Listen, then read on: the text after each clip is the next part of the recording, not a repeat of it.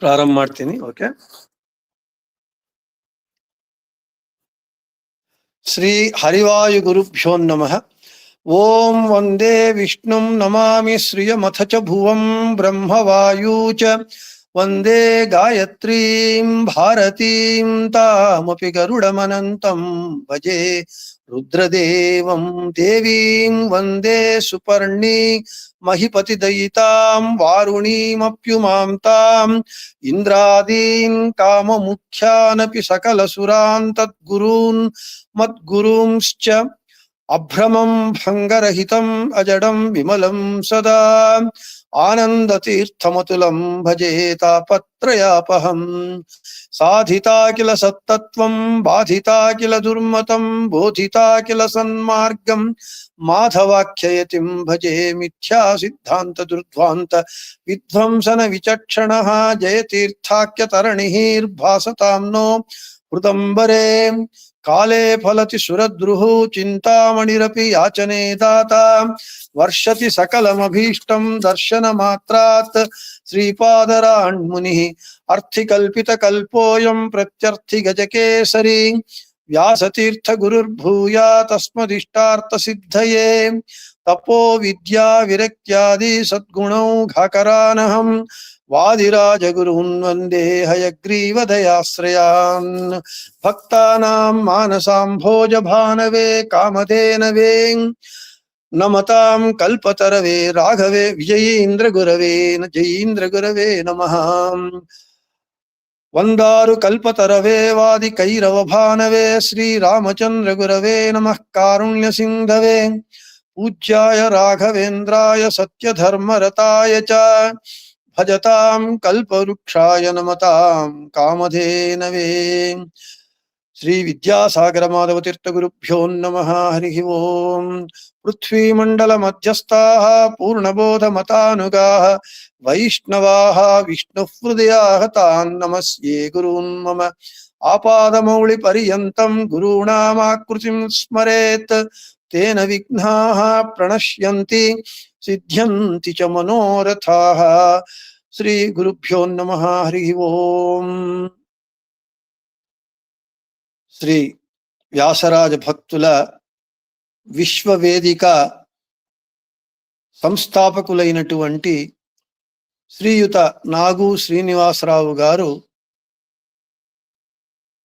వ్యాసరాజుల వారు, శ్రీపాదరాజ తీర్థులు, రాఘవేంద్ర తీర్థులు, విజయేంద్ర తీర్థులు మొదలైనటువంటి మహానుభావుల ఆరాధన సందర్భంగా వారు అంతర్జాలము ద్వారా అంటే ఇంటర్నెట్ ద్వారా జ్ఞానయజ్ఞాన్ని చేస్తారు. ఆ జ్ఞానయజ్ఞంలో భాగంగా వాళ్ళు ఈసారి విజయేంద్ర తీర్థుల వారి ఆరాధన సందర్భంగా వారి గ్రంథములను గురించి ఉపన్యాసములను ఈ జ్ఞానయజ్ఞంలో జరిపిస్తూ ఉన్నారు. దానిలో భాగంగా నన్ను కూడా ఒక ఉపన్యాసం ఇమ్మని అడిగారు. నేను విజయేంద్ర తీర్థుల చేత రచింపబడినటువంటి షోడశ బాహు నృసింహాష్టక స్తోత్రాన్ని నేను ఎంచుకున్నాను.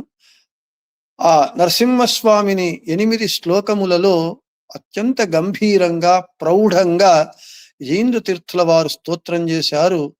ఆ స్తోత్రాన్ని యథాశక్తి యథామతి వివరించే ప్రయత్నం చేస్తాను. మొట్టమొదటగా నాకు ఈ జ్ఞానయజ్ఞంలో పాల్గొనడానికి, భాగవహించడానికి నాకు అవకాశం ఇచ్చినటువంటి నాగు శ్రీనివాసరావు గారికి నేను కృతజ్ఞతలను చెప్తూ, ఇక దేవాహ స్తోత్రప్రియాహ అని చెబుతారు. ప్రియ అని అంటే దేవతలు స్తోత్రప్రియులు. ఇది దేవతలకే కాదు, మనుష్యులకు కూడా వర్తిస్తుంది. ఎవరి దగ్గరైనా మనకు పని కావాలి అని అంటే వాణ్ణి మనము పొగుడుతాం. నీవు ఇంద్రుడివి, చంద్రుడివి, నీవు అటువంటి వాడివి, ఇటువంటి వాడివి అని వానిలో లేని గుణాలను కూడా మనం చెబుతూ వాణ్ణి పొగిడినప్పుడు వాడు సంతోషపడి మన పనిని చేసిస్తాడు. మనుషులే ఇలా ఉన్నప్పుడు దేవతలు, భగవంతుడు ఇక చెప్పవాలా? వాళ్ళు, భగవంతుడు సర్వసమర్థుడు, జగన్నాథుడు, జగన్నాయకుడు, అఘటనాఘటన సమర్థుడు. కాబట్టి మనము ఆ భగవంతుణ్ణి ఎంతగా స్తోత్రం చేస్తే, ఎంత భక్తి శ్రద్ధలతో స్తోత్రం చేస్తే భగవంతుడు అంత మనకు అనుగ్రహం చేస్తాడు. అందుకే అనేక స్తోత్రాలు ఉన్నాయి. వెంకటేశ స్తోత్రము, నరసింహ స్తోత్రము, దది వామన స్తోత్రము.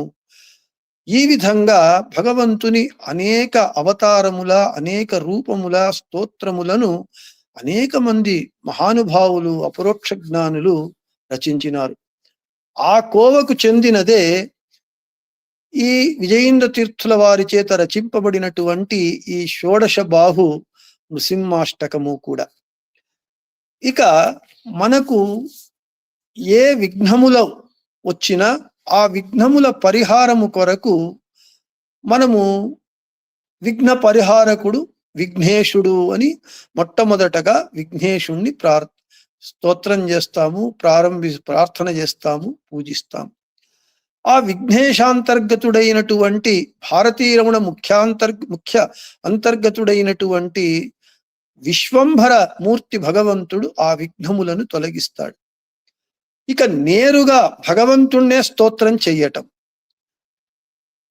ఈ భగవంతుని అనేక రూపములలో హయగ్రీవ రూపము, హయగ్రీవ భగవద్రూపాన్ని మనం స్తోత్రం చేస్తే జ్ఞానము కలుగుతుంది. ధన్వంతరి భగవంతుణ్ణి స్తోత్రం చేస్తే, ధ్యానిస్తే ఆరోగ్యం కలుగుతుంది. అదేవిధంగా మనకు ఒక మంచి పని చేసేటప్పుడు, అందులోనూ గ్రంథములు రచించుట, తరువాత పెద్ద పెద్ద విఘ్నములు ఉన్నప్పుడు నరసింహస్వామిని స్తోత్రం చేస్తే ఆ విఘ్నములన్నీ మనకు నాశనమై మన యొక్క మనోభీష్టము నెరవేరుతుంది, మన కార్యము నిర్విఘ్నంగా జరుగుతుంది. అదేవిధంగా భగవంతుని అనేక స్తోత్రాలలో నరసింహాదికం అన్యచ్చ దురితాది నివర్తయే. భగవంతుని స్తోత్రములలో భగవంతుని నరసింహరూపి స్తోత్రము విఘ్న నివారకమైనటువంటిది.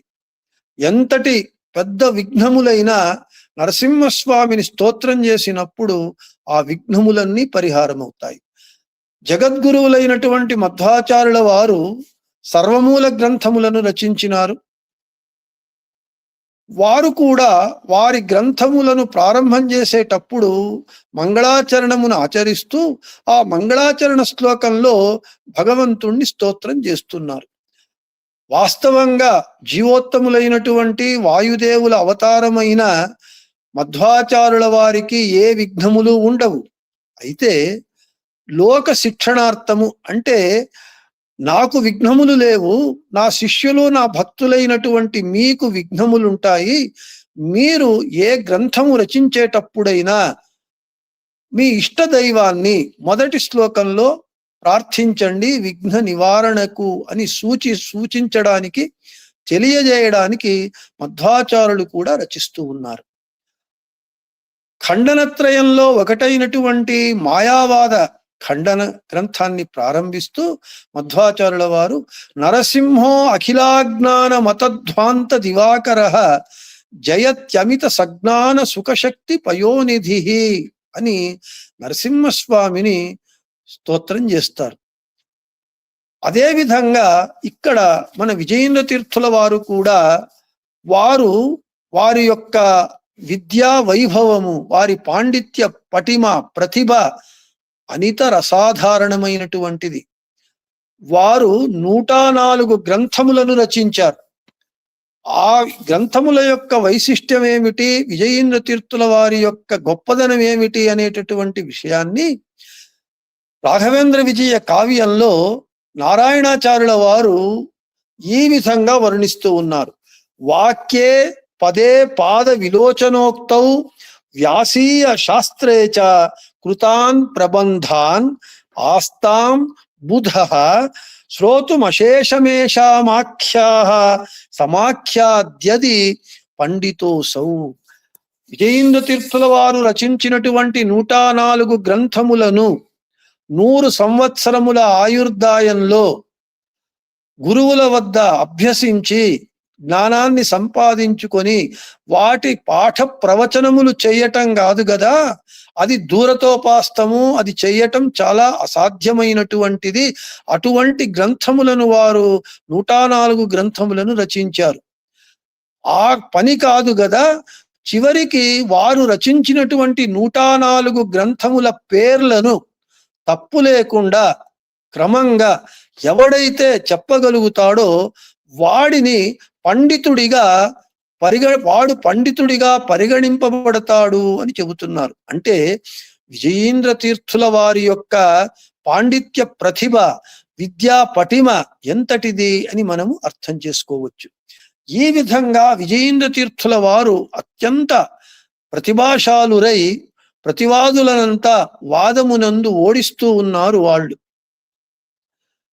అటువంటి విజయేంద్ర తీర్థుల వారు యొక్క కీర్తి వైభవాన్ని, వారి యొక్క గొప్పదనాన్ని సహించలేక అప్పటి కాలము నాటి వాళ్ళ ఒక మాంత్రికుడు ఏం చేశాడు, విజయేంద్ర తీర్థుల వారు పూజ చేస్తూ భగవంతునికి నివేదించేటటువంటి అన్నమునందు విషాన్ని కలిపాడు.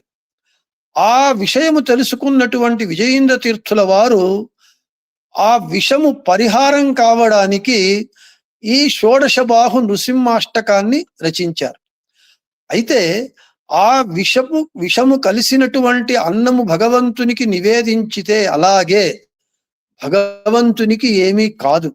అయితే ఎందుకు విజయేంద్ర తీర్థుల వారు ఆ విషము పరిహారము కొరకు ఈ నృసింహాష్టకాన్ని రచించారు అని అంటే, భగవంతుని యొక్క మహిమ, నరసింహస్వామి యొక్క మహిమ, అతని యొక్క గొప్పదనము, వైశిష్ట్యము, భగవంతుని స్తోత్రము ఎంతటి మహిమాన్వితమైనటువంటిది అనేటటువంటి విషయము జగత్తుకు తెలియజేయాలి అనేటటువంటి ఉద్దేశముతో ఈ షోడశబాహు నృసింహాష్టకాన్ని విజయేంద్ర తీర్థుల వారు రచించినారు అని ఈ స్తోత్రము యొక్క రచన యొక్క నేపథ్యము ఇది. ఇక విజయేంద్ర తీర్థుల వారు నేను మొదటే చెప్పినట్లుగా అపారమైనటువంటి పాండిత్యము కలిగినటువంటి వారు. వారి పాండిత్యం ఎంత అనంటే ఇంతవరకు చెప్పుకున్నాం. అయితే ఈ నృసింహాష్టకాన్ని శ్రద్ధరా వృత్తంలో విజయేంద్ర తీర్థుల వారు రచించారు. రచిస్తూ ఎంత ప్రౌఢమైనటువంటి స్తోత్రము ఇది అని అంటే, దానిని మనము పారాయణం చేయటం కూడా కష్టము. టంగ్ ట్విస్టర్ అంటాం. నాలుక తిరగాలి. నాలుక తిరగడానికి సాధ్యము కానటువంటి పదముల పొందికతో ఈ స్తోత్రాన్ని రచించారు. అతి జటిలమైనటువంటిది, పలకడానికే కష్టమైనటువంటిది, ఇక దానిని అర్థం చేసుకోవడము ఇంకా కష్టమైనటువంటిది. ఇక ఈ స్తోత్రంలో నరసింహస్వామి యొక్క తత్వము, భగవత్ తత్వము, నరసింహస్వామి ఎటువంటి వాడు అనేటటువంటి భగవంతునికి సంబంధించినటువంటి ప్రమేయ రహస్యాలన్నింటినీ కూడా ఈ చిన్న శ్లోకంలో మనకు పొందుపరిచినారు విజయేంద్ర తీర్థుల వారు, వారి అపారమైనటువంటి పాండిత్య ప్రతిభ చేత. ఇందులో బీజాక్షరాలను కూడా వారు చేర్చినారు. ఇక విజయేంద్ర తీర్థుల వారి మహిమను మనం చాలా ఉన్నది. అయితే వారి యొక్క గ్రంథకర్త యొక్క గొప్పదనం తెలిసినప్పుడు ఆ గ్రంథమునందు మనకు ఆదరం పుడుతుంది. కాబట్టి 2 మాటలు విజయేంద్ర తీర్థుల వారి గొప్పదనం గురించి చెప్పిన తరువాత, విజయేంద్ర తీర్థుల వారు ఎవరు అనంటే, రాఘవేంద్ర స్వాముల వారి పూర్వ అవతారంలో వ్యాసరాజ స్వాముల వారి శిష్యులు. వ్యాసరాజ గురుసార్వభౌముల వారి వద్ద 24 మంది సన్యాస శిష్యులు ఉండేవారు. అందులో వారు విష్ణు తీర్థులు అనేటటువంటి వారు. రాఘవేంద్ర స్వామి మఠపు పీఠాధిపతులైనటువంటి సురేంద్ర తీర్థుల వారు వ్యాసరాజ గురుసార్వభౌముల వారి వద్దకు వచ్చి నాకు పుత్రభిక్షను పెట్టమని అడుగుతారు. అప్పుడు తమ వద్ద ఉన్నటువంటి సన్యాస శిష్యుడైనటువంటి 24 మంది శిష్యులలో ఒకరైనటువంటి విష్ణు తీర్థుల వారిని సురేంద్ర తీర్థుల వారికి కానుకగా ఇస్తారు, భిక్షగా.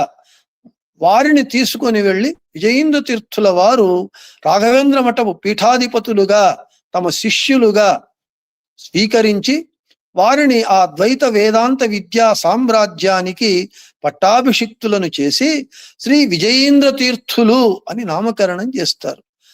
విజయేంద్ర తీర్థులు తమ గురువులు వ్యాస తీర్థులు అని చెప్పి రాఘవేంద్ర స్వామి మఠపు పీఠాధిపతులుగా ఉన్నా కూడా వందే ముకుంద మరవింద భవాదివంద్యం అని వ్యాసరాజస్వాముల వారి స్తోత్రాన్ని రచిస్తారు. అది తారక మంత్రంగా ఉంటూ ఉన్నది.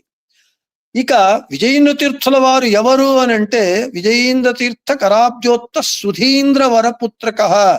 రాఘవేంద్ర స్వాముల వారు ఎవరు అనంటే విజయేంద్ర తీర్థ కరాబ్జోత్త సుధీంద్ర, విజయేంద్ర తీర్థుల కరకమల సంజాతులైనటువంటి సుధీంద్ర తీర్థుల కరకమల సంజాతులైనటువంటి వారు రాఘవేంద్ర స్వాముల వారు అని చెబుతూ ఉన్నారు. రాఘవేంద్ర స్వాముల వారికి పరమ గురువులు విజయేంద్ర తీర్థులు. ఈ విధంగా విజయేంద్ర తీర్థుల వారి యొక్క గొప్పదనము ఇది. ఇక మనం ప్రసక్తమైనటువంటి నా విషయమైనటువంటి షోడశబాహు నృసింహాష్టకము విజయేంద్ర తీర్థుల వారి చేత రచింపబడినటువంటి ఆ స్తోత్రము యొక్క అర్థాన్ని యథామతి యథాశక్తి చాలా జటిలమైనది అయినా చెబుతూ ఈ అర్థ వివరణ చేయడానికి నేను ఏ గ్రంథాన్ని ఆధారంగా చేసుకున్నాను అని అంటే బెంగళూరు నగరంలో ద్వారకనాథాచార్యుల వారు అని చాలా పెద్ద ప్రకాండ పండితులు ఉన్నారు. వారు ఈ విజయేంద్ర తీర్థుల వారు రచించినటువంటి షోడశబాహు నృసింహాష్టక స్తోత్రానికి వ్యాఖ్యానమును రచించినారు. ఆ వ్యాఖ్యానాన్ని నేను ఆధారం చేసుకొని అర్థాన్ని చాలా విస్తారంగా ఉన్నది వ్యాఖ్యానము. అయితే అంత విస్తారంగా అన్ని వివరించటం సాధ్యం కాదు కాబట్టి కొంతమేరకు ఈ నృసింహాష్టక స్తోత్ర అర్థాన్ని వివరించే ప్రయత్నం చేస్తాను అని చెబుతూ వారి యొక్క వ్యాఖ్యానాన్ని పెట్టుకుని అర్థం చెబుతున్నాను కాబట్టి వారికి నేను ఇప్పుడు వారికి కృతజ్ఞతలను చెప్పి నేను ఈ గ్రంథాన్ని ప్రారంభం చేస్తాను. నేను పారాయణం చేయటం కష్టము, ఉచ్చారణ చేయటమే ఎంత కష్టము అనేటటువంటిది ఇప్పుడు మీకు అర్థమవుతుంది. 8+1 8 స్తోత్రములు శ్లోకాలు, 9వ ఫలశ్రుతి. మొదటి శ్లోకమే చూడండి ఎలా ఉన్నది అనంటే భూఖండం వారణాండం పరవర విరటం డంపడం పోరుడంపం డిండిం డిండిం డిడింబం దహమపి దహమై ఝంప ఝంపైశ్చ ఝంపై తుల్యాస్తు తుల్యాస్తు తుల్యా ధుమధుమధుమకై కుంకుమాంకై కుమాంకై ఏతత్తే పూర్ణయుక్తం అహరః కరః పాతు మాం నారసింహః. ఈ 8 శ్లోకాలలో విజయేంద్ర తీర్థుల వారు పాతుమాం నారసింహ ఇన్ని విశేషణములు భూఖండం వారణాండం పరవర విరటం డంపడం పోరుడంపం డిండిం డిండిం డిడింబం అని అనేక విశేషణ అంటే ఇటువంటి హే నరసింహస్వామి నరసింహ పాతుమా నన్ను రక్షించు. ఉపలక్షణతయ ఈ స్తోత్రాన్ని ఎవరు పారాయణం చేస్తారో వారిని అందరినీ కూడా రక్షించు, పాతుమాం నారసింహ అని చెబుతూ ప్రతి శ్లోకంలో భగవంతుని యొక్క వైశిష్ట్యాన్ని గొప్పదనాన్ని మహిమను వర్ణిస్తూ ఉన్నారు. ఇప్పుడు నేను ఒక్కొక్క పదము భూఖండం, భూఖండం అనంటే జగన్మాత అయినటువంటి లక్ష్మీదేవి ఎవరి అనుగ్రహము చేత అత్యంత సమర్థురాలుగా ఉన్నదో, లక్ష్మీదేవి చెబుతుంది అంబ్రణి సూక్తంలో, నేను ఎవరినైనా బ్రహ్మగా చెయ్యగలను, ఎవరినైనా రుద్రునిగా చెయ్యగలను, ఈ శక్తి నాకు ఎక్కడ నుండి వచ్చినది అంటే నా పతి అయినటువంటి నారాయణుని వలన వచ్చినది. అంటే భూఖండం అంటే లక్ష్మీదేవికి విశేషమైనటువంటి సామర్థ్యాన్ని అనుగ్రహించినటువంటి వాడు. లేదా భూఖండం ఈ బ్రహ్మాండము 14 భువన యుక్తమైనటువంటిది, 14 లోకములతో కూడుకొన్నటువంటిది. పైన 7 లోకాలు, క్రింది 7 లోకాలు, మధ్య భూలోకమున్నది. ఈ భూలోకమునకు ఈ భూలోకాన్ని ధరించేటటువంటి వాడు. ఈ ఈ ఒక్క భూలోకమే కాదు, 14 లోకాలు సమస్త బ్రహ్మాండమునే ధరించినటువంటి వాడు అని. ఒక విధంగా మనకు ఈ నృసింహాష్టక స్తోత్రము బ్రహ్మసూత్రాలలో 2వ సూత్రము ఓం జన్మాద్యస్య యతః ఓం అని చెబుతుంది. ఆ సూత్రం యొక్క అర్థం ఏమిటి అని అంటే, అస్య అంటే ఈ జగత్తు యొక్క జన్మ ఆది, జన్మ అంటే సృష్టి, ఆది శబ్దముతో స్థితి సంహార నియమన బంధ జ్ఞాన అజ్ఞాన మోక్షము అంటే 8 కార్యాలు. ఈ జగత్తు యొక్క సృష్ట్యాది 8 కార్యములను ఎవడు చేస్తాడో వాడే భగవంతుడు. ఒక విధంగా ఈ సమస్త ఈ నృసింహాష్టకం అంతా ఈ సూత్రార్థాన్నే వివరిస్తుంది. ప్రతి ఒక్క శ్లోకంలో కూడా భగవంతుని యొక్క అద్భుతమైనటువంటి శక్తిని, అఘటనాఘటన సామర్థ్యాన్ని, అచింత్యాద్భుత శక్తిని మనకు విజయేంద్ర తీర్థుల వారు వివరిస్తూ వస్తూ ఉన్నారు. అంటే భగవంతుని యొక్క ఈ సృష్ట్యాది, జగత్తు యొక్క సృష్ట్యాది 8 కార్యములను ఎంత సమర్థవంతంగా, ఎంత అసాధారణంగా భగవంతుడు చేస్తాడు అని వివరించటమే జరుగుతుంది. అంటే బ్రహ్మసూత్రార్థములను, ఇక్కడ శాస్త్రార్థాలను మనకు ఈ స్తోత్రంలో పదాలతో, చిన్న చిన్న పదాలతో, జటిలమైనటువంటి పదాలతో మనకు ఇక్కడ విజయేంద్ర తీర్థుల వారు వివరిస్తూ ఉన్నారు. ఈ ఒక్క శ్లోకాన్ని చూస్తేనే, ఈ ఒక్క స్తోత్రమును చూస్తేనే విజయేంద్ర తీర్థుల వారి యొక్క పాండిత్య ప్రతిభ, పటిమ ఎంతటిది అని మనకు అర్థమవుతుంది. భూఖండం అంటే లక్ష్మీదేవికి సామర్థ్యాన్ని అనుగ్రహించినటువంటి వాడు, భూఖండమును ఛేదించేటటువంటి వాడు, ఈ జగత్తు యొక్క చేష్టకుడు, నాశకుడు. భూఖండం అనంటే, వారణాండం అనంటే ఈ బ్రహ్మాండము. ఈ బ్రహ్మాండమునంతా భగవంతుడు ధరిస్తూ ఉన్నాడు. ఏది ఒక చిన్న ఆవగింజలాగా, మనము ఆవగింజను ఎంత సునాయాసంగా, అనాయాసంగా మోస్తామో ఆ విధంగా ఈ బ్రహ్మాండాన్నంతా, వారణాండం, ఈ బ్రహ్మాండమునంతా భరిస్తూ ఉన్నాడు. కూర్మ రూపముతో సముద్రములో ఉత్పన్నమై ఉంటూ ఉన్నాడు, ఆనంద రూపుడై ఉంటూ ఉన్నాడు. వారణాండం అంటే పరవర వీరటం. అనేక అర్థాలు ఉన్నాయి. నేను ఒకటి రెండు అర్థాలే చెబుతూ ఉన్నాను ఒక్కొక్క శబ్దానికి. పరవర వీరటం, పరాహ అంటే శత్రవః, తేషు వరహ ఆ శత్రువులలో ఉత్తముడు. ఎవడు అంటే హిరణ్యకశిపుడు. తస్య ఆ హిరణ్యకశిపుని వినాశమున కొరకు రటన్ సంచరించేటటువంటి శీలము కలిగినటువంటి వాడు. అంటే హిరణ్యకశిపు సంహారార్థము నృసింహస్వామిగా ప్రాదుర్భూతుడైనటువంటి వాడు, నృసింహస్వామిగా అవతరించినటువంటి వాడు, సంచరించినటువంటి వాడు అని ఆ పరవర విరటం అనేటటువంటి ఒక్క పదానికి అర్థంగా ఉంటూ ఉన్నది. అంతేకాకుండా భక్తుల యందు ఎవడైతే భక్తులు భగవంతుణ్ణి ఆశ్రయిస్తారో వారి యందు విశేషంగా రమించేటటువంటి వాడు అని అర్థం. డిమ్ డిమ్ డిమ్ డిమ్ 4 సార్లు డిమ్ డిమ్ డిమ్ డిమ్ అంటే దీనికి ఏమని అర్థము అంటే సర్వ నియామకుడు, చేతనాత్మకమైనటువంటి జగత్తు యొక్క సమస్త నియామకుడు వాడు.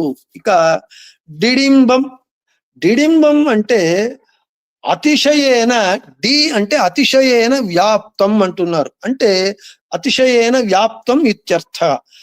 భగవంతుడు ఈ చరాచరాత్మకమైనటువంటి జగత్తునందు అన్నింటా వ్యాప్తుడై ఉన్నాడు, సర్వత్రా వ్యాప్తుడై ఉన్నాడు. ఏ విధంగా అంటే ఇందుగలడందు లేడని సందేహము వలదు చక్రి సర్వోపగతుండు ఎందెందు వెదకి చూచిన అందందే కలడు దానవాగ్రణి వింటే అని పోతనామాత్యుల వారు చెప్పినట్లుగా సర్వత్ర వ్యాప్తుడైనాడు ఉన్నాడు. అణువునందు అణువుగా, మహత్తునందు మహత్తుగా ఉన్నాడు. ఇక దహమపి దహమై అంటూ ఉన్నాడు. అంటే భక్తులకు ఆనందప్రదుడు, తరువాత అసురులకు వాడు సుఖనాశకుడు, అసురులకు సుఖాన్ని నాశనం చేసేటటువంటి వాడు, దుఃఖాన్ని కలిగించేటటువంటి వాడు. ఝంప ఝంపైశ్చ ఝంపైహి అంటున్నాడు. సత్యస్వరూపుడు, వేద ప్రతిపాద్యుడైనటువంటి వాడు, భక్తులకు జ్ఞానోపదేశాన్ని చేసి రక్షించేటటువంటి వాడు అని చెబుతూ ఉన్నాడు. మొత్తానికి జ్ఞానోపదేశకుడు ఎవరికి? బ్రహ్మవాయువు మొదలుకొని బ్రహ్మవాయువుల దేవతలకే జ్ఞానోపదేశకుడై జగద్గురువై ఉన్నాడు. అంతేకాకుండా రమా బ్రహ్మాది దేవతావంద్యుడు. ఝంప ఝంపైశ్చ ఝంపైహి అని అంటే శ్రీరమణి కరకమల పూజిత చారు చరణ సరోజ బ్రహ్మ సమీర వాణి ఫణీంద్ర భవీంద్ర ముఖ వినుత అంటే రమా బ్రహ్మాది దేవతల చేత స్తుతింపబడేటటువంటి వాడు వంద్యుడు, వందనములను స్వీకరించేటటువంటి వాడు అని ఝంప ఝంపైశ్చ ఝంపైహి అని అంటే తుల్యాస్తు తుల్యాస్తు తుల్యాః. భగవంతుడు యదా యదా హి ధర్మస్య గ్లానిర్భవతి భారత అభ్యుత్థానమధర్మస్య సంభవామి యుగే యుగే అంటూ ఉన్నాడు. అంటే భగవంతుడు దుష్ట శిక్షణకు, శిష్ట సంరక్షణకు, ధర్మానికి హాని కలిగినప్పుడు, అధర్మము పెచ్చి మీరినప్పుడు అప్పుడు ఆత్మానం సృజామ్యం, నన్ను నేను సృజించుకుంటాను అంటే రాముడిగా, కృష్ణుడిగా, వేదవ్యాసుడిగా భగవంతుడు అవతారములను దాల్చుతూ ఉన్నాడు.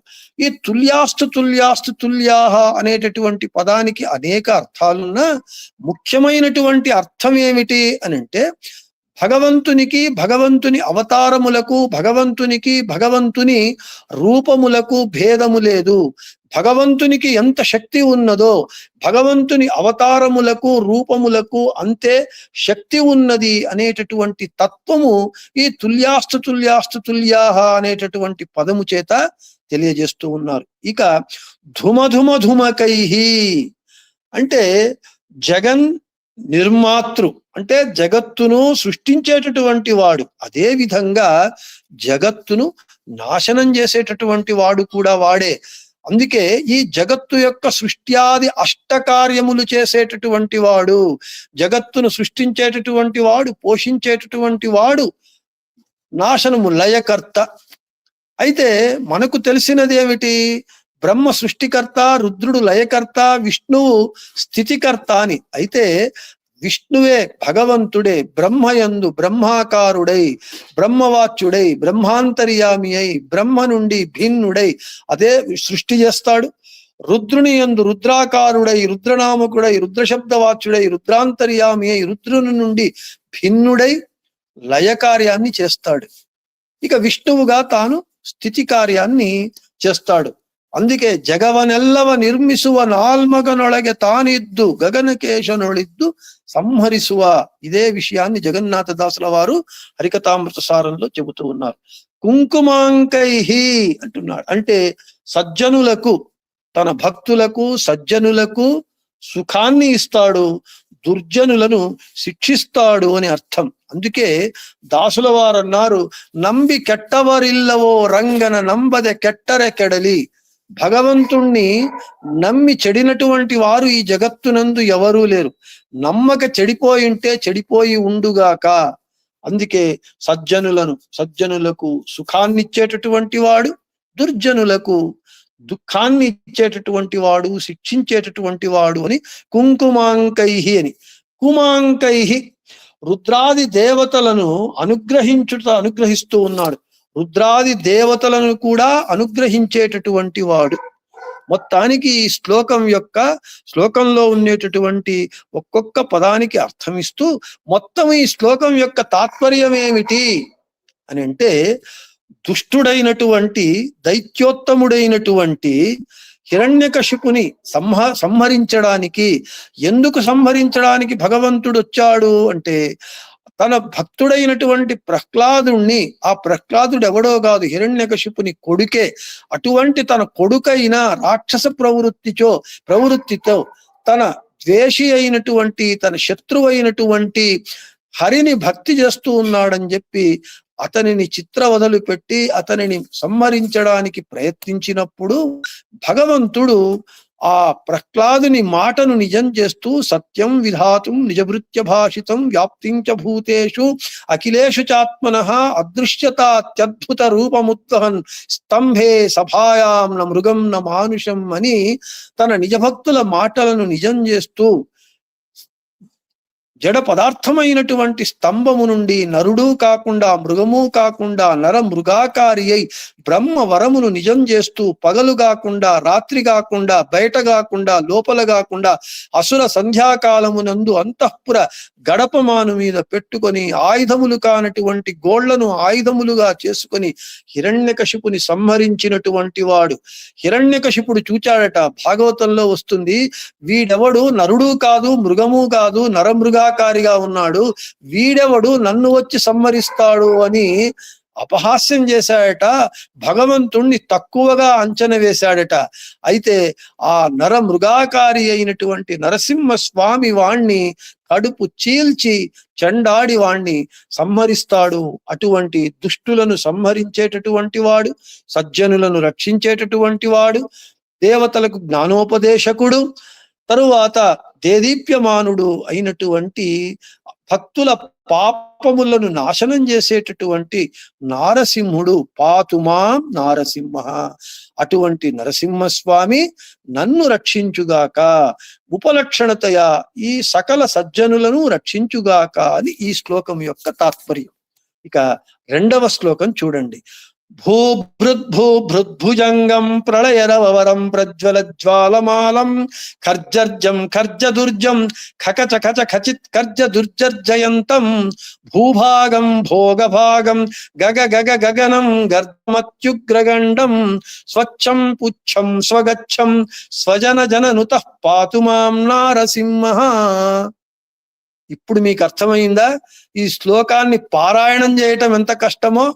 నోరు తిరగదు, నాలుక నాట్యం చేయాలి, బాగా సాధన చేయాలి. పారాయణం చేయడానికి అంతే, ఉచ్చరించడానికి. ఇక అర్థం చేసుకోవడానికి మెదడుకు ఎంత పని పెట్టాలి. కాబట్టి ఇప్పుడు ఈ శ్లోకం యొక్క తాత్పర్యాన్ని చూస్తాం. భూభృత్ భూభృత్, భగవంతుడు జగదాధారకుడు. వాడు లేకుండా జగత్తునందు ఏది జరుగదు. తేన వినా తృణమపి నచలతి. లక్ష్మీదేవి కూడా ఏ పని చేయాలన్నా లక్ష్మీదేవికి ఆధారభూతుడు. జగన్మాత అయినటువంటి లక్ష్మీదేవికి ఆధారభూతుడు. సకల జగత్తును ధరించినటువంటి వాడు, అగ్నిని ధరించినటువంటి వాడు. తరువాత ఈ సీతాదేవిని పరిగ్రహించినటువంటి వాడు, పరిణయం చేసుకున్నటువంటి వాడు ఎవడు? సీతాదేవి సాక్షాత్తు జగన్మాత లక్ష్మీదేవి అవతారము, రాముడు భగవంతుని అవతారము. ఈ విధంగా మనకు ఈ భూదేవికి, భూమికి నియామకుడైనటువంటి వాడు. ఇక భుజంగం, అయోగ్యులకు తన జ్ఞానం అంటే భగవంతుని జ్ఞానము కలుగకుండా చేస్తాడు. యోగ్యులకు తన జ్ఞానము వచ్చేటట్లుగా అనుగ్రహిస్తాడు. భుజంగం అంటే ప్రళయ రవవరం. అంటే నరసింహస్వామి ప్రాదుర్భూతుడైనప్పుడు ఆ స్తంభము చీల్చుకొని వచ్చేటప్పుడు శబ్దం కలిగిందట. ప్రళయకాలంలో కలిగేటటువంటి శబ్దము కంటే, దానికంటే ఎక్కువ భయంకరంగా, గట్టిగా, అందరికీ భయము గొలిపే విధంగా అటువంటి అత్యంత భీకరమైనటువంటి భయంకరమైనటువంటి శబ్దము చాలా బలిష్టమైనటువంటిది. శబ్దము చూడండి, మనం శబ్దానికి భయపడతాం. మనం శబ్దము అటువంటిది. ఎటువంటి శబ్దము అని అంటే ఆ ప్రళయకాలంలో కలిగేటటువంటి శబ్దమును కూడా అధిగమించినటువంటి శబ్దము కలిగినటువంటి అటువంటి శబ్దాన్ని కలిగించినటువంటి వాడు. ఈ భగవంతుడి శబ్దం ఎవడైతే ఈ నరసింహస్వామిని స్తోత్రం చేస్తాడో, ఆరాధిస్తాడో, వాడు సంసారము నుండి, సంసార బంధనము నుండి కూడా ముక్తుడవుతాడు. ప్రళయ రవవరం. ఇక మనకు ప్రజ్వల జ్వాలమాలం అంటే భగవంతుడు నరసింహస్వామిగా ఉగ్ర రూపముతో, ఆ కేసరములతో ఎర్రటి కన్నులతో అతడు వస్తుంటే ఎలా ఉన్నది అంటే ఒక అగ్ని జ్వాల ఒక మాలగా ఉన్నట్లుగా, అగ్ని దగదగ ప్రజ్వలంగా మండుతూ ఉన్నప్పుడు ఆ ఎంత కంటికి చూడడానికి సాధ్యము కానటువంటి వెలుగుతో అగ్ని జ్వాలలు రేగితే అది ఒక మాలాకారంగా ఉంటే ఎలా ఉంటుందో అలాగా నరసింహస్వామి యొక్క రూపం ఉన్నది. ప్రజ్వల జ్వాలమాలం అంటూ ఉన్నారు. ఇక ఖర్జర్జం. ఖర్జర్జం అంటే భగవంతుడు భక్తుల కొరకు అవతరిస్తాడట. ఎందుకు? భక్తులకు ఎప్పుడైతే కష్టం వస్తుందో, ఎప్పుడైతే భక్తుడు ఆర్తితో జగద్రక్షక అని పిలుస్తాడో వాడు భక్తుల కొరకు అవతరిస్తాడు, భక్తుల కొరకు పరిగెత్తుకొని వస్తాడు. కాబట్టి ఇక్కడ నరసింహస్వామి ఎవరి కొరకు వచ్చాడు? తన భక్తుడు 5 సంవత్సరాల బాలకుడైనటువంటి తన భక్తుని పిలుపు మేరకు హిరణ్యకశిపు అంటాడు, ఏరా నీవు నీ స్వామి నిన్ను రక్షిస్తాడనంటావు, అన్ని చోట్ల ఉన్నాడనంటావు, ఈ సభామధ్యంలో ఉన్నటువంటి స్తంభములో నీ స్వామి ఉన్నాడా అంటే అప్పుడు ఇందుగలడందులేడని చెప్తాడు ప్రహ్లాదుడు. అప్పుడు ప్రహ్లాదుని మాటను నిజం చేస్తూ జడ పదార్థమైనటువంటి స్తంభము నుండి చీల్చుకొని బ్రహ్మ వరాన్ని నిజం చేస్తూ నరమృగాకారిగా నరసింహునిగా ఎవరి కొరకొచ్చాడు? ప్రహ్లాదుని కొరకొచ్చాడు. ఇదే విధంగా భక్తులు పిలిస్తే భక్తుల కొరకు భగవంతుడు వస్తున్నాడు. ఖర్జర్జం అని అంటే ఇక ఖర్జదుర్జం అజేయుడు అని అర్థం. భగవంతుణ్ణి జయించడానికి ఎవనికి సాధ్యం కాదు, వాడు అజేయుడు. హిరణ్యకశిపు వీడెంత అనుకున్నాడు, హిరణ్యకశిపుణ్ణి నరసింహస్వామి చీల్చి చెండాడాడు.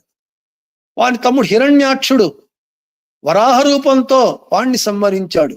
కాబట్టి భగవంతుడు అజేయుడు, ఎవని చేత ఎవడూ జయించడానికి సాధ్యం కాదు. భగవంతుణ్ణి మనము అజేయుడు అని స్తోత్రం చేస్తే మనము అజేయులైతాం. అయితే ఎవరి చేత మనము జయింపబడము, విజేతగా ఎప్పుడూ ఉంటాము. ఎందుకు? యద్భావం తద్భవతి. ఇక ఖకచ. ఖకచ అనంటే ఇతడు భగవంతుడు ఇంద్రియములు మరియు ఇంద్రియములకు, మనకు బాహ్యేంద్రియములు స్వరూపేంద్రియములు ఉన్నాయి. ఆ ఇంద్రియములందు భగవంతుడు సంచరిస్తూ మనకు ఆ జ్ఞానాన్ని ఇచ్చేటటువంటి వాడు, అజ్ఞానాన్ని పారద్రోలి మనకు జ్ఞానమునిచ్చేటటువంటి వాడు. అంటే భక్తుల అజ్ఞానాన్ని నాశనం చేసేటటువంటి వాడు ఖకచ అంటే. ఇక ఖచిత్ అంటే తన వాహనమైనటువంటి గరుడునికి జ్ఞానమునిచ్చేటటువంటి వాడు. గరుడు వేదాభిమాని దేవత అని అంటారు. ఇంద్రియములకు జ్ఞానశక్తినిచ్చేటటువంటి వాడు. అవ్యాకృత ఆకాశాభిమానిని అయినటువంటి లక్ష్మీదేవికి జ్ఞానాన్ని ఇచ్చేటటువంటి వాడు. అయితే ఆ లక్ష్మీదేవికి కూడా తన జ్ఞానాన్ని సాకల్యముగా సమగ్రముగా ఇవ్వడు. లక్ష్మీదేవికి కూడా ఆమె యోగ్యత మేరకు జ్ఞానాన్ని ఇచ్చేటటువంటి వాడు ఖచిత్ అంటే అర్థం. ఇక ఖర్జ దుర్జర్జయంతం అని అంటూ ఉన్నారు. అంటే విజయుడు. అంటే ఎవరితో యుద్ధం చేసినా భగవంతుడు ఎప్పుడు వాడే విజేత గాని వాడు ఎప్పుడు విజితుడు కాడు. ఇక లక్ష్మీదేవికి కూడా భూభాగం అంటూ ఉన్నారు. అంటే లక్ష్మీదేవిని కూడా అనుగ్రహించేటటువంటి వాడు. తరువాత లక్ష్మీదేవికి ప్రకాశాన్ని గమన శక్తిని ఇచ్చేటటువంటి వాడు. ప్రకృతి నియామకుడు. ఈ విధంగా ఇంద్రియ నియామకుడు అని అర్థం భూభాగం అని అంటే. ఇక భోగభాగం అంటూ ఉన్నాడు. ఆదిశేషుణ్ణి తన పడకగా చేసుకున్నటువంటి వాడు. జీవులకు సుఖాన్ని ఇచ్చేటటువంటి వాడు. జీవులున్నారు. జీవులు త్రివిధ జీవరాశులు, సాత్విక రాజస తామస జీవరాశులు.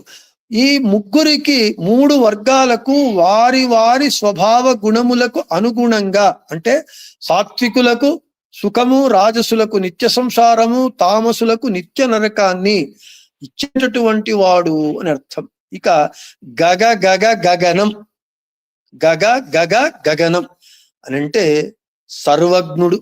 భగవంతుడు సర్వజ్ఞుడు, వానికి తెలియనటువంటి విషయమే లేదు. అందుకే భగవంతుని జ్ఞానాన్ని నిర్వచనం చేయాలి అని అంటే సర్వ విషయ జ్ఞానం ఈశ్వర జ్ఞానం అని అంటారు. తరువాత ఇచ్ఛామాత్రము చేత అన్నీ తెలుసుకుంటాడు, సకల వేద ప్రతిపాద్యుడు, తరువాత సర్వసేవ్యుడు అంటూ ఉన్నాడు. గగ గగ గగనం అని అంటే. ఇక గర్ధం, దైత్యులను సంహరించేటప్పుడు విలక్షణమైనటువంటి శబ్దాన్ని చేస్తాడట, ప్రాణులందు ఉండి శబ్దం చేస్తాడట. భగవంతు తన జ్ఞానాన్ని శీఘ్రముగా సజ్జనులకు ఇస్తాడట. హిరణ్యకశిపుణ్ణి సంహరించేటప్పుడు భీకరమైనటువంటి శబ్దం చేస్తూ ఉన్నాడు. ఎటువంటి వాడైనా భయపడాలి. అటువంటి హిరణ్యకశిపే ఆ మృగాకారి అయినటువంటి నరసింహస్వామిని చూసి నిశ్చేష్టుడయ్యాడట. అటువంటి శబ్దాన్ని చేసేటటువంటి వాడు అత్యుగ్రగండం, అతి ఉగ్రుడు, ఉగ్ర నరసింహస్వామి అని అంటారు. ఎంత ఉగ్రుడు అంటే దుష్టులకు తన ఉగ్ర రూపాన్ని చూపిస్తాడు. హిరణ్యకశిపునకు చూపించాడు కాబట్టి దుష్టులందరికీ ఉగ్ర రూపాన్ని చూపిస్తాడు. అదే సజ్జనులకు సౌమ్య రూపాన్ని చూపిస్తాడు భగవంతుడు. కాబట్టి ఉగ్ర రూపాన్ని చూపించేటటువంటి వాడు అత్యుగ్ర గండం. ఇక స్వచ్ఛం, స్వచ్ఛం అంటే ఆచార్యుల వారు అణుభాష్య మంగళాచరణ శ్లోకంలో, భాష్య మంగళాచరణ శ్లోకంలో నారాయణం గుణై సర్వైరుదీర్ణం దోషవర్జితం జ్ఞేయం గమ్యం గురుంశ్చాపి నత్వా సూత్రార్థ ఉచ్యతే అని చెప్తారు. అంటే నారాయణుడు అనంత కళ్యాణ గుణ పరిపూర్ణుడు, దోషదూరుడు అని చెబుతూ ఉన్నాడు. స్వచ్ఛం అని అంటే దోషము లేశము కూడా లేనటువంటి వాడు దోషదూరుడు అని అర్థం. పుచ్చం అని అంటే సర్వాశ్రయుడు, అంటే సర్వవ్యాపి. అందరూ భగవంతుణ్ణే ఆశ్రయించుకొని ఉన్నాడు, భగవంతుడు అన్ని చోట్ల ఉన్నాడు, భగవంతుని యొక్క సర్వత్ర వ్యాప్తిత్వాన్ని చెబుతూ ఉన్నారు పుచ్చం అనే శబ్దంతో. ఇక స్వగచ్చం, స్వగచ్చం అంటే స్వతంత్రంగా తన నియమాలను కూడా భంగము చేసుకొని భక్తుల సమీపానికి వెళ్ళేటటువంటి వాడు. అంటే భక్త ప్రేమి, భక్తవత్సలుడు, భక్త పరాధీనుడు. ఎంతటి పరాధీనుడు, ఎంతటి భక్త ప్రేమి అని అంటే ప్రహ్లాదుని కొరకు వచ్చాడు. అదే విధంగా మనకు ఆ భగవంతుడు భీష్ముడు ఉన్నాడు. భీష్ముడు ప్రతిజ్ఞ చేశాడు దుర్యోధను దగ్గర, ఆయుధము పట్టను అని ప్రతిజ్ఞ చేసినటువంటి కృష్ణుని చేత నేను ఆయుధము పట్టిస్తానని ప్రతిజ్ఞ చేశాడు. యుద్ధంలో మరుసటి రోజు వచ్చి భయంకరమైనటువంటి యుద్ధం చేశాడు భీష్ముడు. భీష్ముని యుద్ధానికి అందరూ భయపడిపోయినప్పుడు కృష్ణుడు తన భక్తుడైనటువంటి భీష్ముని ప్రతిజ్ఞను నెరవేర్చడానికి తన ప్రతిజ్ఞను భంగం చేసుకొని చక్రాయుధాలని పట్టి నేను ఈ భీష్ముడిని సంహరిస్తాను రథము నుండి క్రిందికి దూకుతాడు. అంటే స్వగచ్చం, తన భక్తులను గెలిపించడానికి, తన భక్తుల ప్రతిజ్ఞను నడిపించడానికి, తన ప్రతిజ్ఞను కూడా భంగం చేసుకునేటటువంటి భక్త ప్రేమి, భక్తుల వద్దకు వచ్చేటటువంటి వాడు స్వగచ్చం అని. మొత్తానికి శ్లోకం యొక్క తాత్పర్యం ఏమిటి అని అంటే భక్తులకు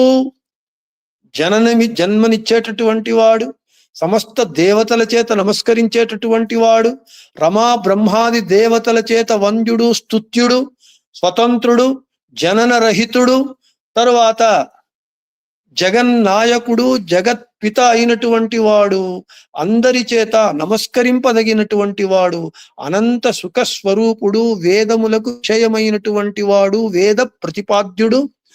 ఈ విధంగా అందరి చేత నమస్కరింపబడేటటువంటి ఆ నరసింహుణ్ణి పాతుమాం నారసింహ, హే నరసింహ, ఇటువంటి నరసింహ నేను నిన్ను స్తోత్రం చేస్తాను, నీవు నన్ను రక్షించు, అందరినీ సకల సజ్జనులను రక్షించు అని చెబుతూ ఉన్నారు. ఇక 3వ శ్లోకం. ఏనాభ్రం గర్జమానం లఘు లఘు లఘు లఘు లఘుమకరో బాల చంద్రార్కదంష్ట్రో హేమాంభోజం సరోజం జట జట జటిలో జాడ్యమానస్తు భీతి దంతానాం బాధమానాం ఖగట ఖగటవో భోజజాను సురేంద్రో నిష్ప్రత్యూహం సరాజా గహ గహ గహతః పాతు మాం నారసింహ. జట జట జటిల ఏనాభ్రంగర్జమానం లఘు లఘుమకరో బాలచంద్రార్కదంష్ట్రో హేమాంభోజం సరోజం జట జట జటిలో. ఇంతవరకు ఏమిటయ్యా చెబుతూ ఉన్నారు అని అంటే, ఏ నరసింహస్వామి వలన విశిష్టమైనటువంటి ఒక గర్జన, సింహ గర్జన శబ్దము వచ్చినదో అటువంటి శబ్దము కలిగినటువంటి వాడు. తరువాత ఆ నరసింహస్వామి యొక్క ముఖము దేదీప్యమానంగా ఉండి అందరికీ భయాన్ని కొలిపేటటువంటిది. ఆ నరసింహస్వామి యొక్క ముఖం ఎలా ఉంటూ ఉన్నది అనంటే, అప్పుడే ఉదయిస్తూ ఉన్నటువంటి సూర్య చంద్రుల వలె ప్రకాశమానమై ఉన్నటువంటి కోరలు కలిగినటువంటి, కోరము దంతములు కలిగినటువంటి వాడు అని చెబుతూ ఉన్నాడు. దానికంటే ఇంకా దేదీప్యమానంగా వెలుగుతూ ఉన్నటువంటి ప్రకాశమానమైనటువంటి కోర దంతములు కలిగినటువంటి వాడు, సర్వత్ర వ్యాప్తుడు, ఆహ్లాదకరుడు, జ్ఞానానందాత్మకుడు, తర్వాత చంద్రునికి సూర్యునికి ప్రకాశాన్ని ఇచ్చేటటువంటి వాడు అని ఇంత అర్థం ఉంటూ ఉన్నది. ఇక ఖగట ఖగటవో అని పదాలకు అర్థం. ఆ నరసింహస్వామి యొక్క దంతములు దర్శనం చేస్తే చాలు, అతని నరసింహస్వామి యొక్క దంతములు అంత మహిమాన్వితమైనటువంటివి.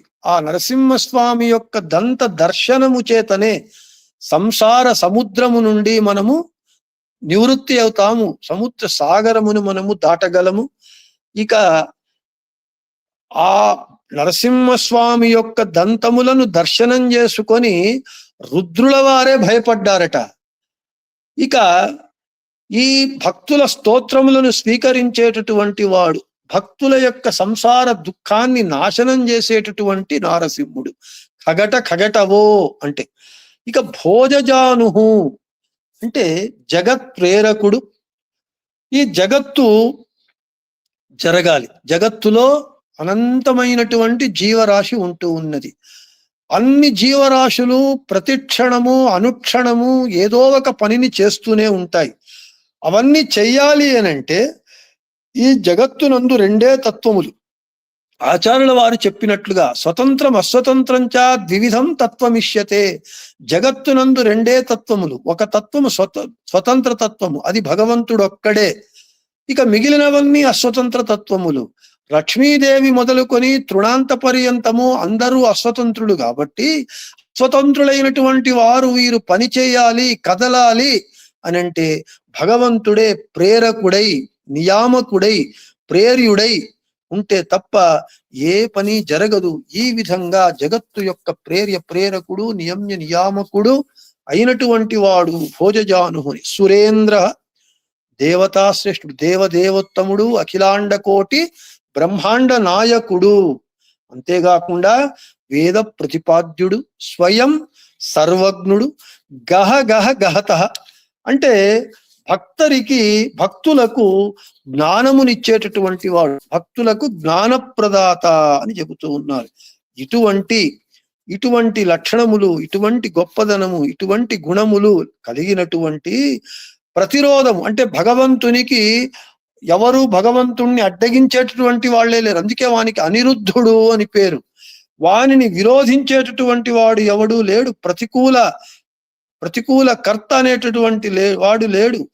అందరికీ నియామకుడైనటువంటి ఇటువంటి నారసింహుడు పాతుమా నారసింహ, నన్ను ఇటువంటి నరసింహుడు రక్షించుగాక, సజ్జనులను రక్షించుగాక.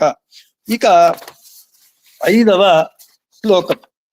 శంఖం చక్రం చాపం పరశుమ శమిషం శూలపాశాంకుశాస్త్రం బిభ్రంతం వజ్రఖేటం హలముసల గదా కుంచమత్యుగ్రదంష్ట్రం జ్వాలాకేశం త్రినేత్రం జ్వలదనల నిభం హారకేయూరభూషం వందే ప్రత్యేక రూపం పరపద నివస పాతు మాం నారసింహ. ఇక షోడశబాహు నరసింహాష్టకం ఇది. ఆ నరసింహస్వామికి కుడివైపు 8 చేతులు, ఎడమవైపు 8 చేతులు, 16 చేతులు. 16 చేతుల యందు 16 ఆయుధములు. అవి ఏవి అని అంటే శంఖము, చక్రము, ధనుస్సు, గొడ్డలి, బాణము, ఖడ్గము, శూలము, పాశము, అంకుశము, తరువాత వజ్రము, ఖేటము, ఖేట అంటే గురాణి, డాలు, షీల్డ్, రోకలి, తరువాత గద, కుంత అని అంటే ఈటలు, ఈటలు అంటాం కదా, ఈటలు. తరువాత భీకర అంటే భయమును కలిగించేటటువంటి ఆయుధము దంష్ట్రము. అంటే ఈ 16 ఆయుధములను 16 చేతులందు ధరించినటువంటి వాడు. అదే చెబుతూ ఉన్నారు, శంఖం చక్రంచ చాపం పరశుమశమిషం శూల పాశాంకుశాస్త్రం బిభ్రంతం వజ్రఖేటం హలముసల గదా కుంచ మత్యుగ్ర దంష్ట్రం అని చెబుతూ ఉన్నారు. ఇన్ని ఆయుధములను ధరించినటువంటి వాడు అని జ్వాలాకేశం, దుర్గాదేవి మొదలుకొని చతుర్ముఖ బ్రహ్మకు అందరికీ నియామకుడైనటువంటి వాడు, అందరికీ తత్వాభిమాని దేవతలకు నియామకుడైనటువంటి వాడు. జ్వాలాకేశం అంటే తీక్ష్ణమైనటువంటి ప్రకాశము కలిగినటువంటి వాడు. ఇక త్రినేత్రం 3 కన్నులు కలిగినటువంటి వాడు అని అంటే ఏమిటి? త్రినేత్రం మనకు 3 తాపములు ఉన్నాయి, ఆధ్యాత్మిక, ఆధిదైవిక, ఆధిభౌతిక. ఆధ్యాత్మికము అంటే మనస్సుతో కలిగేటటువంటి, మనస్సుకు కలిగేటటువంటి వేదన, నొప్పి, దుఃఖం, దానిని ఆది అని అంటారు. ఆధిదైవిక అంటే ప్రకృతి విపత్తులు, భూకంపాలు, తర్వాత వరదలు, ఇవన్నీ కూడా వాటి వలన కలిగేటటువంటి తాపము. ఇక ఆది భౌతిక అంటే దేహముతో, ఈ భౌతికమైనటువంటి దేహానికి వచ్చేటటువంటి రోగములు. వీటిని తన ఈ 3 తాపములను పరిహరించేటటువంటి 3 కన్నులు కలిగినటువంటి వాడు. అదే విధంగా సాత్విక, రాజస, తామస 3 జీవరాశులకు వారి వారి యోగ్యతానుసారంగా వారి గతులను చేర్చేటటువంటి వాడు. జ్ఞానము, భక్తి, వైరాగ్యములను 3 కన్నులతో ఇచ్చేటటువంటి వాడు. తర్వాత 3 వేదములనే నేత్రములుగా కలిగినటువంటి వాడు. ఈ విధంగా 3 లోకములను ప్రేరించేటటువంటి వాడు, ప్రేరకుడు. ఈ విధంగా త్రినేత్రం అని అర్థం. జ్వలదనల నిభం, ప్రకాశమానుడైనటువంటి అగ్నివలే శోభించేటటువంటి వాడు. జ్ఞానముచే ప్రకాశమానులైనటువంటి వాయుదేవుల వారినే, అటువంటి వారినే భక్తులుగా స్వీకరించేటటువంటి వాడు. జ్వాజ్వల్యమానమైనటువంటి అగ్నివలే భక్తుల పాపములను దహించేటటువంటి వాడు. జ్వలదనల నిభం అని. ఇక ఈ శ్లోకం యొక్క తాత్పర్యం ఏమిటి అని అంటే, షోడశ బాహువులందు షోడశ ఆయుధ భూషితుడు. తరువాత దైత్యులను సంహరించేటప్పుడు అన్ని ఆయుధములను పెట్టుకున్న, ఏ ఆయుధము యొక్క అపేక్ష లేకుండా సంహరించేటటువంటి వాడు. అన్ని ఆయుధాలు ఉన్న హిరణ్యకశిపుణ్ణి సంహరించేటప్పుడు ఆయుధములు కానటువంటి తన గోళ్లనే ఆయుధముగా చేసుకొని వాని కడుపును చీల్చి సంహరించినటువంటి వాడు. ఈ విధంగా అనేక గుణ రూపములు కలిగినటువంటి వాడు. 1 కాదు, 2 కాదు, అనేక రూపములను కలిగినటువంటి వాడు. రుద్రాది దేవతలకు వారి వారి స్థానములందును నియమించేటటువంటి వాడు. తరువాత పౌరుషేయములైన వేదముల చేత ప్రతిపాద్యుడు. తరువాత ఈ విధంగా ఇటువంటి నరసింహుడు, పాతుమాం నారసింహ, ఇటువంటి నారసింహుడు నన్ను రక్షించుగాక అని చెబుతూ ఉన్నారు. ఇక 5వ శ్లోకం. పాదద్వంద్వం ధరిత్రీ కటి విపులతరో మేరు మధ్యూర్ధ్వమూరుం నాభి బ్రహ్మాండ సింధు హృదయమపి భవో భూత విద్వత్ సమేత దుశ్చక్రాంకం స్వబాహుం కులిశనక ముఖం చంద్ర సూర్యాగ్నినేత్రం వక్త్రం వన్నిత్సు విద్యుత్సురగణ విజయ పాతు మాం నారసింహ. ఈ భూమి ఎవరిని ఆశ్రయించుకొని ఉన్నది అని అంటే భగవంతుని రెండు పాదములను ఆశ్రయించుకొని ఉన్నది. ఈ భూమి జగత్తు ఈ జగత్తు యొక్క భారాన్ని ఎవరు మోస్తూ ఉన్నారు అంటే నరసింహస్వామి యొక్క రెండు తొడలు ఈ జగత్తు యొక్క భారాన్ని మోస్తూ ఉన్నాయి.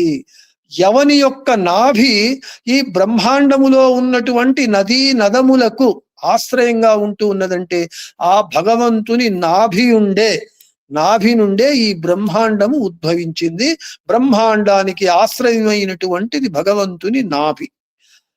తరువాత భగవంతుని అందరి మనస్సులు రుద్రుడు మొదలుకొని అందరూ కూడా భగవంతుని జ్ఞానముతో నిండి ఉన్నది. భగవంతుని జ్ఞానముతో భగవద్భక్తులందరూ వారి మనస్సులను నింపుకొని ఉంటారు. అంతేకాకుండా వజ్రాయుధము వలె తీక్ష్ణమైనటువంటి గోళ్లు కలిగినటువంటి వాడు నరసింహస్వామి. గోళ్లు ఎటువంటివి అంటే వజ్ర నఖాయ విద్మహే తీష్ణ దంష్ట్రాయ ధీమహే తన్నో నారసింహ ప్రచోదయాత్. భగవంతుని నరసింహస్వామి గోళ్లు వజ్రాయుధముల వలె తీవ్రంగా తీక్షణంగా ఉంటూ ఉన్నది. అంతేకాకుండా ఆ నరసింహస్వామి యొక్క ముఖము త్రినేత్రుడు, చంద్రుడు, సూర్యుడు, అగ్ని ఆ మూడు నేత్రములను ఆశ్రయించుకొని ఉన్నారు. దేవతా సమూహమునకు జయమును కలిగించేటటువంటి ఇటువంటి నరసింహుడు పాతుమాం నన్ను రక్షించుగాక అని చెబుతూ ఉన్నారు. ఇక నాసాగ్రం పీనగండం పరబలమతనం మద్ధకేయూరహారం రౌద్రం దంష్ట్రాకరాలం అమిత గుణగణం కోటి సూర్యాగ్నినేత్రం గాంభీర్యం పింగళాక్షం భ్రుకుటిత విముఖం షోడశార్ధార్ధబాహుం వందే భీమాట్టహాసం త్రిభువన విజయ పాతు మాం నారసింహ. ఈ శ్లోకంలో ఏ ప్రమేయ భాగాన్ని వివరిస్తూ ఉన్నారు అని అంటే నరసింహస్వామి యొక్క ముక్కు యొక్క అగ్రభాగము, నరసింహస్వామి యొక్క నాసిక అగ్రభాగము దైత్యుల నాశనానికి కారణమవుతూ ఉన్నదట. అంటే భగవంతునికి, భగవంతుని అవయవములకు, భగవంతుని అవతారములకు భేదము లేదు అనేటటువంటి ప్రమేయ భాగాన్ని ఇక్కడ మనకు వివరిస్తూ ఉన్నారు. ఇక భగవంతుని యందు ఉన్నటువంటి ప్రతి ఒక్క అవయవము భగవంతుని నాసాగ్రమునకే ఇంత శక్తి ఉన్నది అన్న తరువాత ఇక భగవంతుని బాహువులకు వీటికి ఎంత శక్తి ఉన్నది అంటే అంతే శక్తి ఉన్నది, భేదము లేదు అని చెబుతూ ఉన్నాడు. తరువాత భగవంతుని కపోల ప్రదేశము ఎలా ఉన్నది, భగవంతుని ఈ కపోల భాగము జడ పదార్థములకు వీర్యాన్ని, శక్తిని ఇచ్చేటటువంటిగా ఉంటూ ఉన్నదట. తరువాత శాస్త్రమునకు విషయభూతుడవుతూ ఉన్నాడు. తరువాత స్వరూపభూతమైనటువంటి శంఖ చక్రాది ఆయుధములను చిహ్నములను ధరించినటువంటి వాడు, వజ్ర ఖచ్చితమైనటువంటి కేయూర హారములను ధరించినటువంటి వాడు, శత్రువులకు అత్యంత భయంకరుడు, కరాళమైనటువంటి కోర దంతములు కలిగినటువంటి వాడు, కోరలు కలిగినటువంటి వాడు, అనంత గుణ పరిపూర్ణుడు, కోటి సూర్య అగ్నుల వలె కాంతియుక్తుడై ఉన్నటువంటి నేత్రములు కలిగినటువంటి వాడు. ఇటువంటి భయంకర రూపముతో నరసింహస్వామి ఉన్నను గాంభీర్యముతో కూడుకొని ఉంటూ ఉన్నాడు. అతని కన్నులు ఎర్రగా పింగళ వర్ణముతో కలిగి ఉంటూ ఉన్నది. తర్వాత అతని కను బొమ్మలు ఎలా ఉంటూ ఉన్నదంటే వక్రంగా ఉంటూ ఉన్నది. తరువాత ప్రత్యేకంగా ఎడభాగమునందు బలభాగమునందు కుడి ఎడమల చేతుల యందు 8 చేతులు ఉంటూ 16 చేతులందు 16 ఆయుధములు కలిగి అట్టహాసముతో సకల లోకములందు సర్వదా విజయశాలి అయినటువంటి 3 లోకములందు ఉన్నటువంటి సజ్జనులందరికీ విజయాన్ని ఇచ్చేటటువంటి విజయప్రదుడు, జయప్రదుడు అయినటువంటి నరసింహస్వామి పాతుమాం, నన్ను రక్షించుగాక అని చెబుతూ ఉన్నారు. కేకే నృసింహాష్టకే నరవర సదృశం దేవభీత్వం గృహీత్వా దేవవంద్యో విప్రదందం ప్రతివచన పయాయామ్యన ప్రత్యనైషీ శాపం చాపంచ ఖడ్గం ప్రహసిత వదనం చక్రచక్రీచకేన ఓమిత్యే దైత్యనాదం ప్రకచ వివిదుషా పాతు మాం నారసింహ.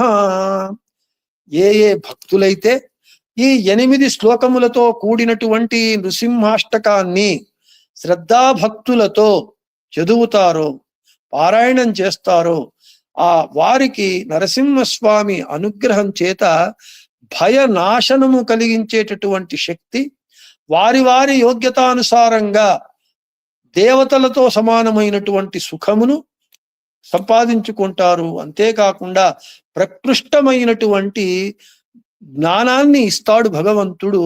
క్రీడాది గుణ విశిష్టుడైనటువంటి నరసింహుణ్ణి నేను స్తోత్రం చేస్తాను అని చెబుతూ ఉన్నాడు. భగవంతుడు ప్రతిజ్ఞ చేశాడు. ఏమని అనంటే, నమే భక్త ప్రణశ్యతి, నా భక్తునికి నాశనము లేదు. నా భక్తుడు ఏమి ఇచ్చినా నేను పత్రం పుష్పం ఫలంతోయం యోమే భక్త్యా ప్రయచ్చతి, ఏమి ఇచ్చినా నేను స్వీకరిస్తాను. నా భక్తుడు నన్ను ఎక్కడ పిలిచినా నేను అక్కడికి వస్తాను అని చెప్తూ తన భక్తుల విషయంలో పద ప్రహసిత వదనం అని అంటారు విజయేంద్ర తీర్థుల వారు. అంటే నేను భక్తుల కొరకు అవతరిస్తాను, దుష్టులను శిక్షిస్తాను, సంహరిస్తాను. అయితే ఏమైనా ఇంత దైత్యోత్తముడైనటువంటి హిరణ్యకశిపుణ్ణి సంహరించినప్పుడు గాని, రావణాసురుణ్ణి సంహరించినప్పుడు గాని తనకేమైనా ప్రయాస కలిగిందా, ఆయాసము కలిగిందా, శ్రమ కలిగిందా అంటే కించిత్తు శ్రమ లేనటువంటి వాడు. పద ప్రహసిత వదనం, ఏమాత్రము ఆయాసము లేకుండా, ప్రయాస లేకుండా, ఎప్పుడు నవ్వు ముఖంతో లీలా అంటే ఒక క్రీడ వలె, ఒక లీల వలె ఇంతటి కార్యాన్ని చేస్తాడట. ఇక 8వ శ్లోకం. ఝం ఝం ఝం ఝం ఝకారం జష జష జషితం జానుదేశం ఝకారం హుం హుం హుం హుం హకారం హరిత కహసాయందిషేవం వకారం వం వం వం వం వకారం వదన దళితం వామపక్షం సుపక్షం లం లం లం లం లకారం లఘువణ విజయ పాతు మాం నారసింహ. బీజాక్షరాలను కూడా పెట్టారు ఇక్కడ. ఝం ఝం ఝం ఝం 4 సార్లు. భక్తుల పాపములను బాగా నాశనం చేసేటటువంటి వాడు, వేద ప్రతిపాద్యుడు, వరాహ రూపముతో హిరణ్యకశిపుణ్ణి సంహరించినటువంటి వాడు, సకల భక్తులకు వారి వారి యోగ్యతానుసారంగా వారికి ఇవ్వవలసినటువంటి వాటిని ఇచ్చేటటువంటి వాడు, అన్నింటినీ భక్షించేటటువంటి వాడు, దైత్యులను సంహరించేటటువంటి వాడు. ఝం ఝకారం, మాతృకాన్యాసంలో మనకు ఝకారము అని ఝకారం ఉంటూ ఉన్నది. అంటే ఝాటితారయే అని ఉంటుంది. ఆ విధంగా ఆ ఝకారవాచ్యుడు. తర్వాత జష జష ఝషితం, సాత్వికులను హింసించేటటువంటి అంటే సజ్జనులను హింసించేటటువంటి దైత్యులను బాగా హింసించేటటువంటి వాడు, సర్వత్రా వ్యాప్తుడైనటువంటి వాడు. జానుదేశం, జీవులకు వారి వారి స్వరూప గుణానికి అనుగుణంగా ఫలములను ఇచ్చేటటువంటి వాడు. సకల కర్మలకు వాడే స్వామి, కర్మలు వాడే చేయించేటటువంటి వాడు. వాయుదేవులకు కూడా, జీవోత్తములైనటువంటి వాయుదేవులకు కూడా ప్రభువైనటువంటి వాడు. తరువాత వేద ప్రతిపాద్యుడు, వేదములకు విషయమైనటువంటి వాడు. హుం హుం హుం హుం 4 సార్లు. సజ్జనుల దుఃఖాన్ని పోగొట్టేటటువంటి వాడు, భక్తుల ప్రార్థనలను అంగీకరించేటటువంటి వాడు. తరువాత భక్తులను సాధన మార్గంలో, సన్మార్గంలో నడిపేటటువంటి వాడు. హకారం, రుద్రుని సృష్టించేటటువంటి వాడు. తరువాత తన భక్తులకు మంగళములను కలిగించేటటువంటి వాడు. గగనమునందు సంచరించేటటువంటి వాడు, తన ఎదురుగా నిలబడి గర్జించేటటువంటి హిరణ్యకశిపుని సంహరించినటువంటి వాడు, వాణ్ణి లెక్క లేకుండా తునియలు చేసినటువంటి వాడు హకారం. హరిత కహహస అంటే వేదవాక్యముల శ్రవణము చేత, అంటే భగవంతుడు స్తోత్రం చేస్తే, వేదవాక్యములతో శాస్త్రములతో భగవంతుణ్ణి స్తోత్రం చేస్తే వాడు హసన్ముఖుడై రక్షిస్తాడు, వచ్చి భక్తులను రక్షిస్తాడు. ఆ గజేంద్రుణ్ణి రక్షించినటువంటి వాడు ఎటువంటి వాడు? గజరాజు మొసలి నోటి బారిన పడి తప్పించుకోలేక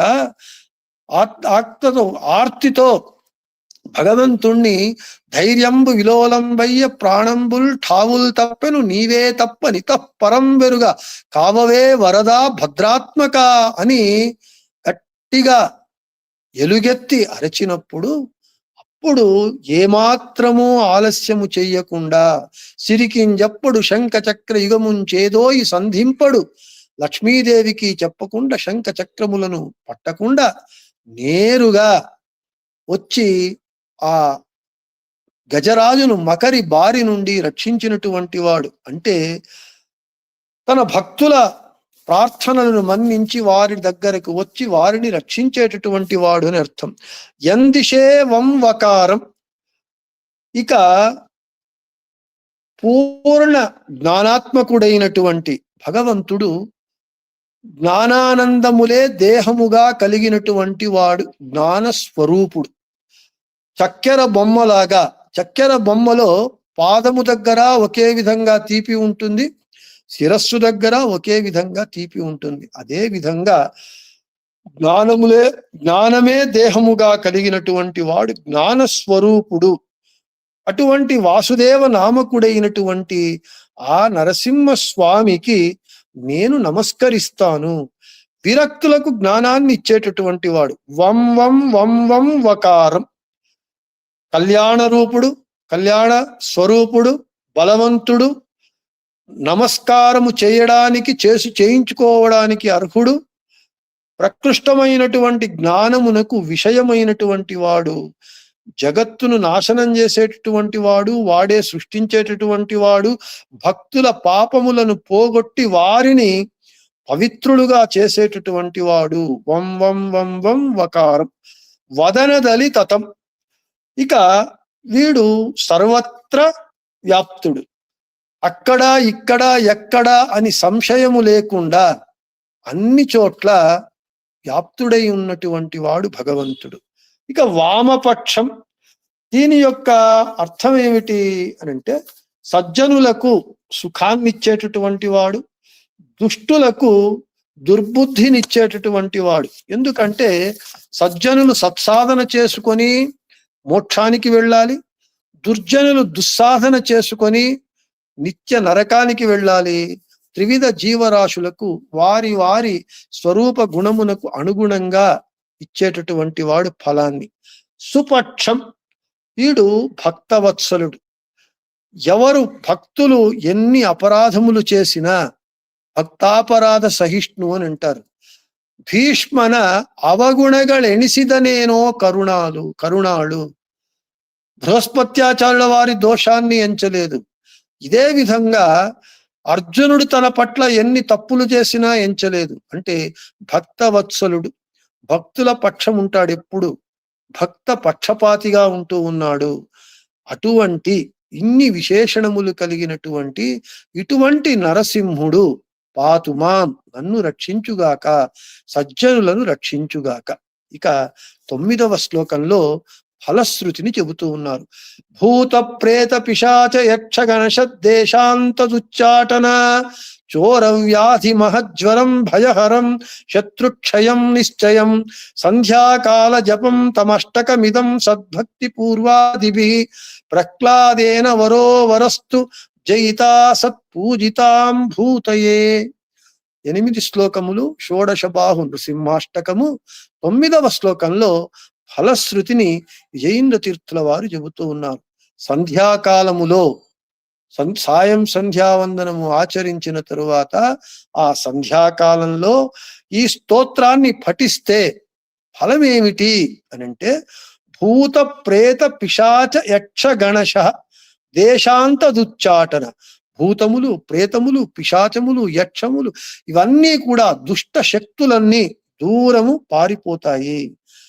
తరువాత చోర వ్యాధి మహజ్వరం భయహరం శత్రుక్షయం నిశ్చయం. దొంగల భయము, వ్యాధి భయము, మహాజ్వర భయము మొదలైనటువంటి అన్ని భయములను పరిహరించేటటువంటిది. నిశ్చయంగా శత్రువులను నాశనం చేసేటటువంటిది. శత్రువులంటే ఎవరు? మన బయట మన చెడును కోరేటటువంటి వారైతే, మన అంతఃశత్రువులు ఉన్నారు, 6 మంది ఉన్నారు మనలో. అరిషడ్వర్గములు కామ క్రోధ లోభ మోహ మద మాత్సర్యములు. బాహ్య శత్రువులను జయించవచ్చు, అయితే మనలో ఉండి అంతఃశత్రువులైనటువంటి అరిషడ్వర్గములను జయించాలి అని అంటే కష్టము. ఈ నృసింహాష్టకాన్ని పఠించడం చేత భక్తి శ్రద్ధలతో బాహ్య శత్రువులను అంతఃశత్రువులను కూడా జయించవచ్చు, జయం కలుగుతుంది అని చెబుతూ, ఈ విధంగా ఈ నృసింహాష్టకాన్ని సంధ్యాకాలమునందు సద్భక్తి పూర్వకంగా పఠించు వారికి, పారాయణం చేసేటటువంటి సజ్జనులకు మోక్షమగుగాక. హిరణ్యకశిపుని సంహార అనంతరము ప్రహ్లాదుని భక్తికి సంతుష్టుడైనటువంటి ఆ నరసింహస్వామి దర్శన రూపము, ఆ వరము అంటే భగవంతుని నరసింహస్వామి ప్రసన్న లక్ష్మీ నరసింహస్వామి దర్శనము అనేటటువంటి వరము అగుగాక, భూతాదుల నివృత్తి అగుగాక అని ఈ నృసింహాష్టక పారాయణము చేస్తే. ఎలా చేయాలి పారాయణం అని అంటే, భక్తి జ్ఞానముతో త్రికరణ శుద్ధిగా, భక్తితో జ్ఞానానుసంధానంగా. ఇంతవరకు మనము చాలా విస్తారమైనటువంటి వ్యాఖ్యానము, చాలా అర్థాలు ఉన్నాయి. అయితే వాటన్నింటినీ క్రోడీకరించి సారభూతంగా, క్యాప్సూల్ ఇన్ నట్షల్ అంటాం కదా, సారభూతంగా ఆ నృసింహాష్టక సారాన్ని, అర్థాలను చెప్పటం జరిగింది. ఈ నృసింహాష్టకము గురుముఖేన చెప్పించుకొని తప్పులు లేకుండా స్పష్టంగా, ఎందుకంటే ఉచ్చరించడానికి కష్టంగా ఉన్నది, అంత జటిలంగా, ఉచ్చారణకు జటిలమైనటువంటిది, అర్థం చేసుకోవడానికి జటిలమైనటువంటిది. అది విజయేంద్ర తీర్థుల వారి పాండిత్య ప్రతిభ. ఇంత భగవంతుని సర్వోత్తమత్వాన్ని, భగవంతుని సర్వవ్యాప్తిత్వాన్ని, భగవంతుని యొక్క అఘటనాఘటన సామర్థ్యాన్ని, అచింత్యాద్భుత శక్తి సంపన్నతను, తరువాత భగవంతుని భక్త వాత్సల్యత్వాన్ని, భగవంతుని సర్వత్ర స్వాతంత్రత్వాన్ని, సర్వోత్తమత్వాన్ని, అంటే అర్థాత్ శాస్త్రార్థాన్ని అంతా చెప్పేటటువంటి అంతటి అర్థాన్ని ఈ స్తోత్రంలో విజయేంద్ర తీర్థుల వారి నింపిపెట్టారు. పారాయణం చేసేటప్పుడు జ్ఞానానుసంధాన పూర్వకంగా భక్తితో ఈ నృసింహాష్టకాన్ని ప్రతినిత్యము సంధ్యాకాలంలో ఎవరైతే పారాయణం చేస్తారో వారి యొక్క సకల భయములు, వ్యాధులు అన్నీ పరిహారమై ఆ భగవంతుని అనుగ్రహం కలుగుతుంది అని చెబుతూ, ఈ విజయేంద్ర తీర్థకృత షోడశబాహు నృసింహాష్టక అర్థము వివరణను దీనితో ముగిస్తూ, ఈ విజయేంద్ర తీర్థుల వారి ఆరాధన సందర్భంగా నాకు ఈ అవకాశాన్ని ఇచ్చినటువంటి వ్యాసరాజ భక్తుల విశ్వవేదిక